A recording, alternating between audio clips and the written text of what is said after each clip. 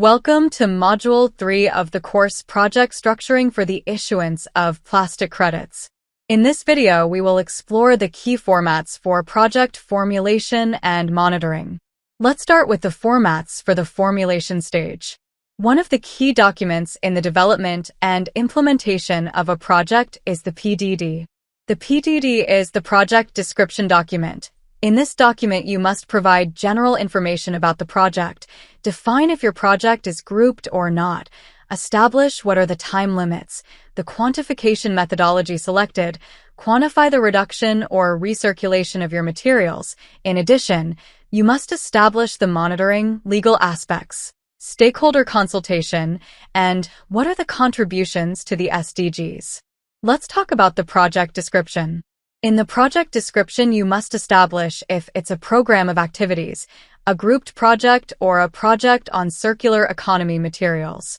You must describe the objective of the activity to be undertaken, what is the location of your project, the types of materials considered, and the duration or lifetime of the project.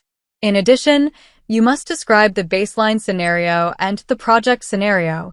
What are your annual estimates in tons, and what are those additional positive impacts expected from the implementation of the project? Project location.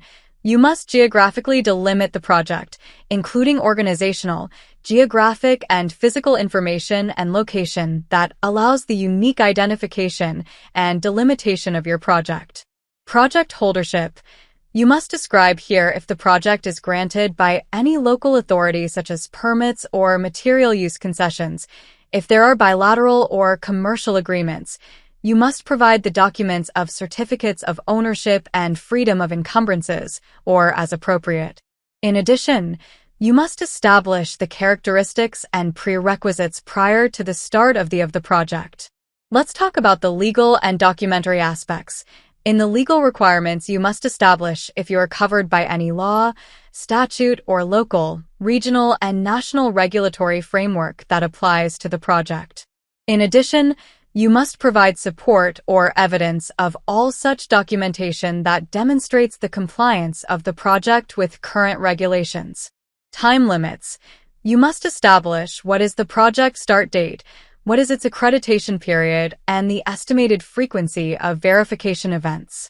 If the project is developed in an area where there is a local population or when the project may have an environmental, social, or economic impact on local populations or society in general, it is necessary and mandatory for the project to carry out a public consultation with interested parties. Let's also mention formats that are very important. The power of attorney. We have two powers of attorney with withdrawal and without withdrawal. The main difference is that the power of attorney with withdrawal gives the attorney, in fact, the necessary powers to undertake all acts related to the registration of your initiative, as well as to perform the withdrawals of the circular economy certificates. Other forms that you can find on the Circarbono website are the application for renewal of accreditation period. The accreditation period of a project is 10 years, but if the project still has a lifespan, you can request this renewal for another 10 years. If the methodology we currently have available for the development of projects does not apply to your project, you can submit a methodology to the program, which is evaluated, and if it is the case, it is approved and can be implemented in the project. In addition, there are formats to migrate circular economy projects from other standards. It can be used for the conversion of circular economy credits from other standards, to request for methodological deviation, or in the event that your project is already registered in another program or standard and you wish to migrate it to our program, you can fill out this declaration of migration, which is studied and, if applicable, is approved. Let's talk now about another format that is very important in the implementation of a project, which is for the monitoring report.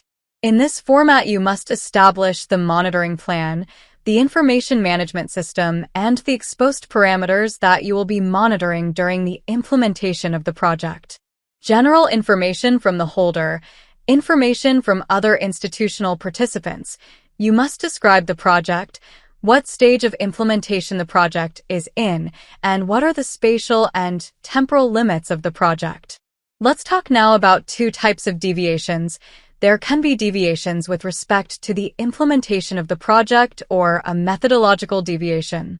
In the first case, you must specify if during the monitoring period there were deviations in the processes, machinery, or technologies. And if it's the case that what happened was a methodological deviation, you must specify if during the monitoring period these deviations occurred and if they were approved by the VVB. Now, let's talk about the quantification of materials reduction or recirculation.